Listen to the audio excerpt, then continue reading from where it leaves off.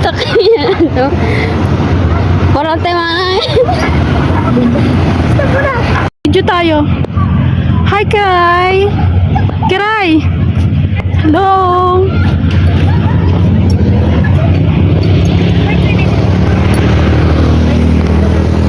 Madali, ikot tayo. Hawak, dito, ikot ka. Ikot harap ka dito! Hilo papay. Harap ka nga dito, ikot tayo. Ikaw na mag-isa dahil hilo na ako papay. Ikutin mo pa ako. Ay, naman ito, ang pwede naman ito. Kiray! So ayun na nga, tinawag ko yung aking friend kasi magkakape nga kami kasi sabi niya mauuhaw na daw siya. So wala kami mapaghingian ng tubig kasi wala naman dong free na fountain. I know it. So ayun, pumasok na kami dyan sa coffee shop. Yung coffee shop pala na yan, dyan kami nagpa-picture ng may wings. Kaso nung tanong-tanong kami sa guard, hindi alam ng guard, wala siyang idea kung saan yung coffee shop na yan. Yung pala sa likod lang namin. So ayun na nga, nakita namin. So pupunta kami dyan ng aking friend. So nagtingin-tingin si Inday ng ng mga prices ng kape kung carry ba yung budget. Minsan kasi kailangan natin magtingin muna ng prices bago tayo mag-order, di ba? Para at least alam natin kung kakayanin natin yung price ng socially na siya na kape. So ayun nga, pumasok na si Inday. So in-speed ko na siya kasi hindi naman siya masyado yung part na yan ay important. So ayun, in-speed ko na siya. Nanawa na ako mag-voice overs. Ayun, nag-order na ako ng aming coffee. Na-order ko sa akin ay cappuccino, sa kanya ay americano. So ayun nga, hindi ko alam na pag mga syala pa ng kape minsan, kung ano yung na-order mo, basta bara-bara na lang kasi ako dyan kasi wala naman akong idea. Diyos ko. So ayun, mga tinapay na yan, nasa 180 plus, 200 plus yung isang slice. So gusto ko sanang kumain kaso nga lang busog pa kami kasi kakakain lang namin sa Bonchon. So ayun, coffee lang muna kami pampatunaw ng kinain. Shala! So ayun na nga.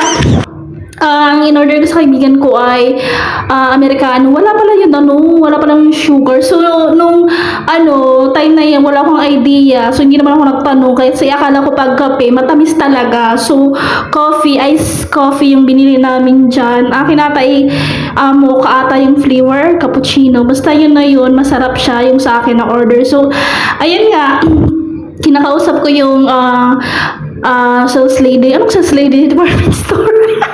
So, yung tindero sa kanto lang yung coffee shop, charot. So, ayun na nga, turo-turo si Inday kung ano yung gusto ko nga. Kasi, may papilian sila sa harap na kung small, large, medium, gano'n. Nauna yung large sa medium.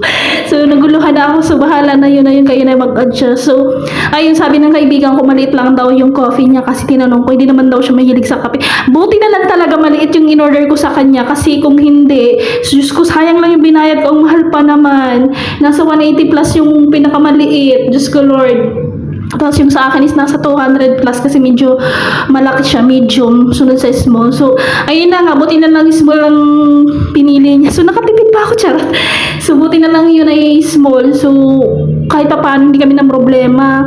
So, ayun na nga, nagbayad na si Inday para wala ng problema. So, ayun, minsan, pag mayroon tayong pera, hindi naman sa porkit mahirap ko lang ng karapatan unwind daw.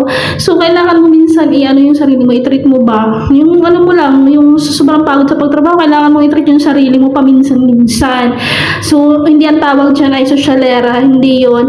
Lang yan, parang i-treat mo lang yung sarili mo, pag-carry mo sa budget mo, yun lang yun. So, ayun yung kabuuan ng kanyang coffee shop. Dito tingin ka. Tingin ka. Ang arte mo. Kinaganda mo yan?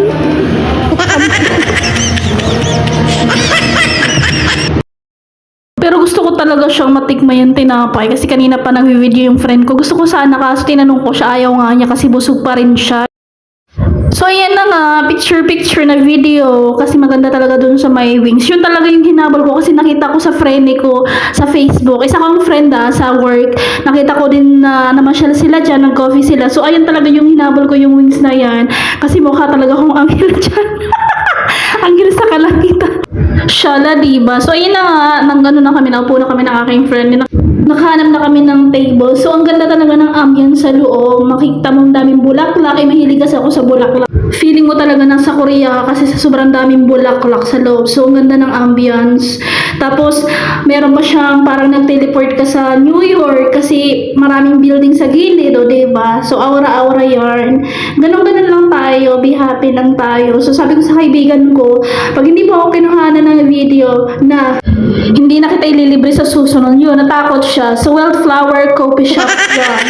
So, kung gusto niyo mag-visit sa Nuvali, Wildflower Coffee Shop. So, maganda talaga siya sa mga magkaibigan, sa mga lovers in Paris. So, maganda talaga yung ambience niya dyan. So, try niyo mag-visit sa Wildflower Coffee Shop. So, that's all. Bye!